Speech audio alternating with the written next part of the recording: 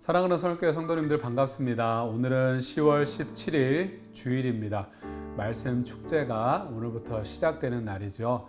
말씀을 더욱더 사모하며 하나님 앞에 나아가는 우리 귀한 성도님들 되시기를 간절히 소망합니다. 제가 기도하겠습니다. 하나님 아버지 감사합니다. 우리를 사랑하여 주시고 항상 우리를 하나님의 말씀 앞에 서게 하여 주신 것 너무나 감사합니다. 하나님, 우리가 하나님의 말씀을 주야로 묵상하며 그것을 떠나지 아니하며 그 말씀에 순종하며 삶을 살아가는 우리가 되게 하여 주시고, 또한 우리에게 말씀 축제를 허락하여 주셨는데 우리가 기대하는 마음으로 믿음으로 나아가는 우리 귀한 성도님들 되어질 수 있도록 하나님 은혜를 더하여 주시옵소서. 감사를 드립니다. 예수님의 이름으로 기도드리옵나이다. 아멘. 오늘 볼 하나님의 말씀은 욥기 9장 1절에서 10절까지의 말씀입니다. 함께 말씀 보도록 하겠습니다. 욥이 대답하여 이르되 진실로 내가 이 일이 그런 줄을 알거니와 인생이 어찌 하나님 앞에 의로우랴. 사람이 하나님께 변론하기를 좋아할지라도 천마디 한마디도 대답하지 못하리라. 그는 마음이 지혜로우시고 힘이 강하시니 그를 거슬러 스스로 완악하게 행하고도 형통할 자가 누구이랴.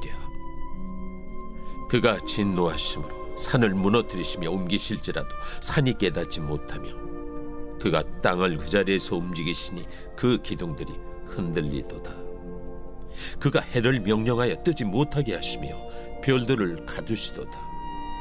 그가 홀로 하늘을 펴시며 바다 물결을 밟으시며 북두성과 삼성과 묘성과 남방의 밀실을 만드셨으며 측량할 수 없는 큰 일을, 셀 수 없는 기이한 일을 행하시느니라.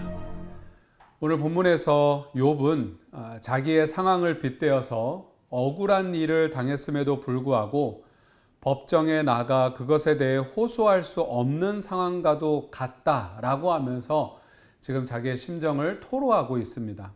여기서 우리는 욥이 하나님에 대한 바른 지식을 갖고 있다는 사실에 우리는 주목할 필요가 있습니다. 그러나 문제는 그 지식이 욥을 더욱더 큰 절망으로 몰아가고 있다라고 하는 것이죠. 빌닷의 말을 들은 욥은 그의 말에 일견 동의한다라고 하는 표시를 하고 있습니다. 하지만 이를 곧이곧대로 받아들이고 인정했기 때문에 이렇게 표현한 것이 절대로 아니죠.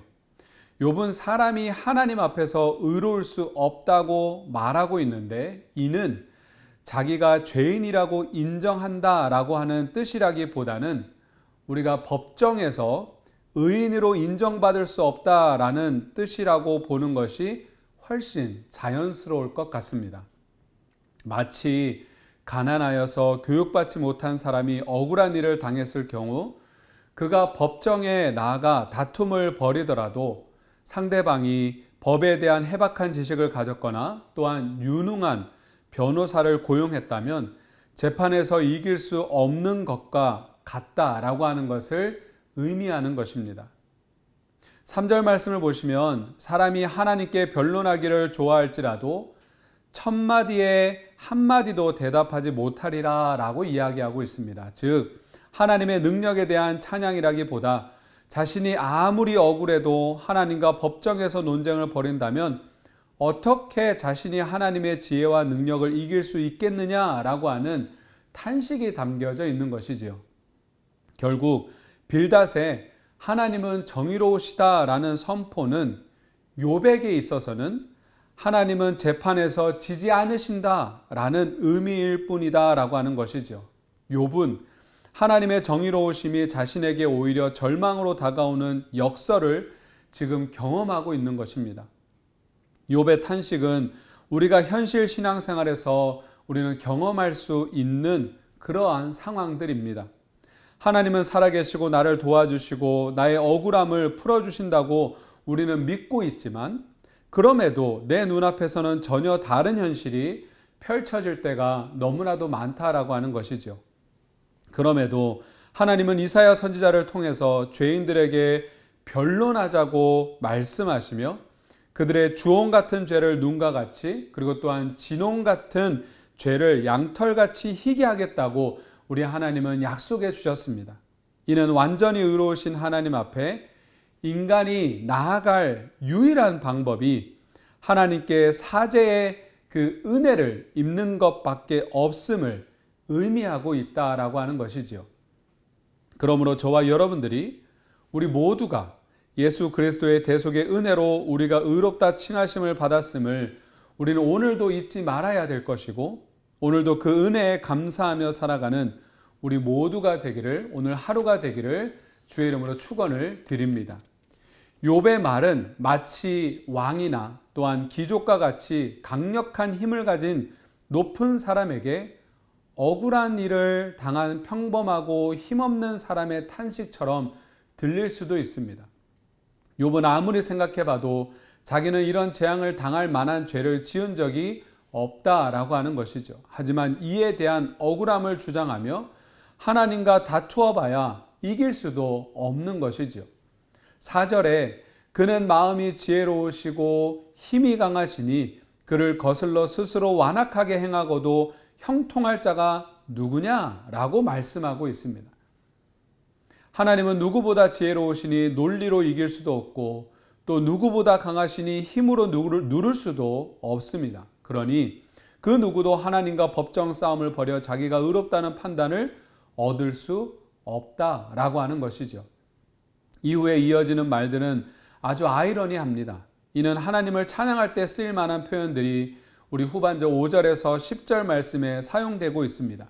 5절에 욥은 산을 의인화하여서 하나님은 산이 미처 깨달을 새 없이 순식간에 산을 무너뜨리고 옮길 능력을 가지셨다고 말을 하고 있고, 또한 6절에서는 하나님은 땅을 움직일 수 있으실 뿐만 아니라 7절 9절에서는 하늘의 일월 성신도 모두 만드셨고 그것들을 운행하고 계시고 있다고 말하고 있고, 10절에서는 사람의 눈으로 볼 수 없고 가늠해 볼 수도 없는 모든 기이한 일을 행하셨다라고 말하고 있습니다. 이러한 고백들이 진정한 하나님을 인정하는 고백이 아닌 지금의 욥은 어떠한 방법으로도 하나님을 이기거나 설득하여 마음을 바꾸시게 하기는 불가능하다라고 하는 것을 표현하고 있는 것입니다. 평소에 욥은 이런 표현으로 하나님을 찬양해 왔을 것입니다. 그런데 그 하나님이 자기의 대적이 되시자 찬양의 내용은 오히려 욥에게 크나큰 절망으로 지금 다가오고 있는 것이죠. 저와 여러분들, 우리는 어쩌면 평생 이해할 수 없는 하나님과 하나님의 역사 가운데 우리는 삶을 살아갑니다. 때로는 힘들고 고통스럽고 억울할 수도 있죠. 하지만 하나님의 사람들은 그 시간에도 하나님을 신뢰하며 믿음으로 자신의 삶을 살아가야 한다라고 하는 것입니다. 그래서 하나님께서는 우리에게 욥기서라고 하는 책을 우리에게 허락해 주신 것 같습니다.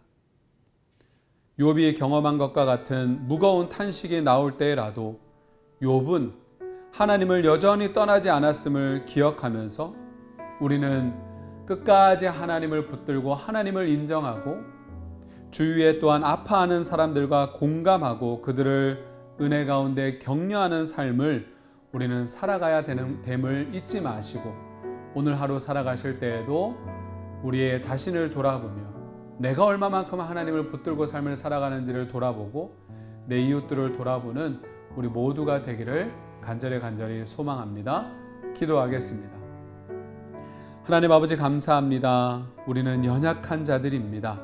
우리가 그것을 잊지 않게 하여 주시고 내가 예수 그리스도의 은혜로 정말 귀한 하나님의 자녀가 되었음을 잊지 않게 하여 주시고, 그러므로 우리가 이 땅 가운데 삶을 살아가면서 나에게 때로는 힘들고 어려운 억울한 일을 당한다 할지라도 끝까지 하나님을 버리지 않게 하여 주시고 하나님을 끝까지 붙들고 삶을 살아가는 우리가 되게 하여 주시옵소서. 욥이 결국에는 하나님을 인정하며 나아갔을 때 하나님께서 그를 끝까지 붙드신 것처럼 하나님, 우리도 끝까지 하나님을 붙들며 삶을 살아가는 우리의 신앙이 되게 하여 주시옵소서. 감사를 드립니다. 예수님의 이름으로 기도드리옵나이다. 아멘. 계속해서 말씀 묵상하시고 기도하시고 귀한 하루, 또한 말씀 축제에 우리가 기대하는 마음으로 나아가는 우리 모두가 되기를 간절히 소망합니다. 감사합니다.